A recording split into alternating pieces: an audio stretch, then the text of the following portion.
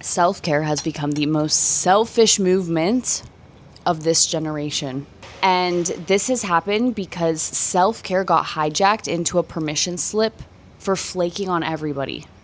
Not having to hold yourself accountable and taking responsibility for the word that you chose to give in the first place. And then we call it healing. And nobody can really say anything because how dare you tell me not to show up for myself? And we almost use it as an excuse for our inability to communicate and hold our own boundaries. There were so many times when I would say that I would show up for someone and then I wasn't there because I would rather take a bath or I would rather go for a massage. And the issue with this is there's nothing wrong with me wanting to get my nails done. I get my nails done every 2 weeks, which is a little insane.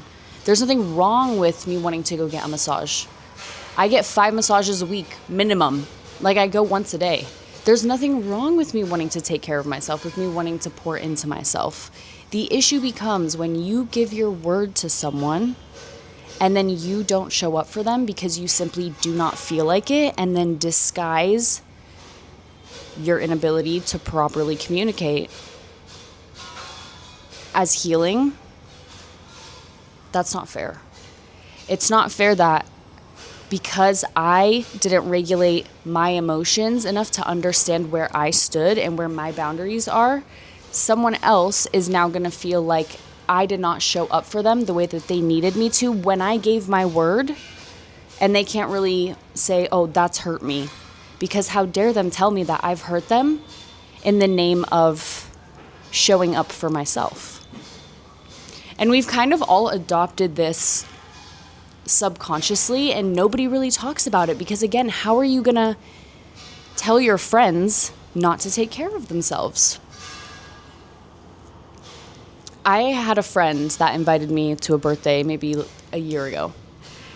And the day of the birthday, I decided that it was in my best interest and I wanted to hold my boundaries because of the people that would be at this birthday. And I didn't want to surround myself in that environment.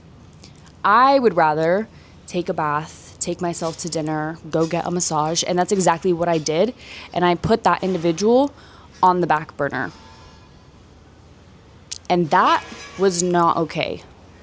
Not necessarily because I didn't show up to her birthday, but because I gave her my word when I knew those individuals were going to be there in the first place, and then I didn't show up for her. I gave my word. That's my responsibility. Nobody is holding a gun to your head. At least I hope not. But we can't do all of these rituals and this journaling and then sabotage all of our relationships because there's no way that you can tell me that you care about somebody else's well-being when you're treating them that way. And it's sad because obviously we are a reflection of ourselves. So if you are outwardly treating people this way, imagine what that means for you. And most of the time, that means that we haven't set boundaries with ourselves. We aren't keeping the promises that we make to ourselves. So if we don't respect ourselves enough to show up for ourselves in that way, why would we expect ourselves to show up for somebody else? It's all an inside job. It's all an inside job.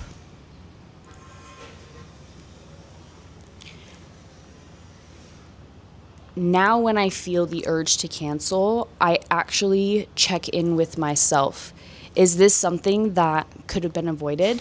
Am I canceling this because of this emotion or this thing, or what is the reason behind, And I think it shouldn't even get to the point where you get there and then you're like, oh, do I really feel like going? We need to be more in tune with ourselves when actually giving our word in the first place, actually committing to these plans and committing to these relationships, because a lot of times we just end up in relationships because they just happen to be standing right in front of us at a point in our life when we were vulnerable and we didn't stop to think, oh, is this an individual that I actually want present in my life? Is this an individual that's actually going to elevate me in my life and wants to see me elevate? Because some people have incredibly large circles, and maybe you're burning out because you have so many circles and so many people that you feel like you need to be showing up for. But again, it's your responsibility to make sure that you are in check and your life is in check and your emotions are in check and your word is in check and that relationship that you have with yourself is in check so that you're able to show up for other people in check. That's your responsibility. That's my responsibility. And I'm not saying, because I started this with the self-care journey being the most selfish movement of our generation, I'm not saying not to take care of yourself, because after I didn't show up to that birthday, I still go get massages every day, right? I didn't guilt trip myself, but it was my responsibility to be like, how would that feel in reverse, right? To view it from a different perspective. And it's not like, oh, I don't want to do that because if it was done to me, I wouldn't feel good or that would make me feel this way. You shouldn't operate necessarily like that, but I don't know. It is a very interesting topic because it's so hard to actually talk about in a way that doesn't victimize each party at the same time. At the end of the day, we already know it's all an inside job. So, undistract yourself, become extremely aware of where your boundaries are, where you stand, and just don't commit if you're unwilling, if it goes against your boundaries. Nobody is making you do anything. And people will appreciate you so much more when you set that standard with yourself and you show up for them the way that you want to show up for them. They will respect you so much more because you respect yourself, and everything in life is a reflection. Sheesh.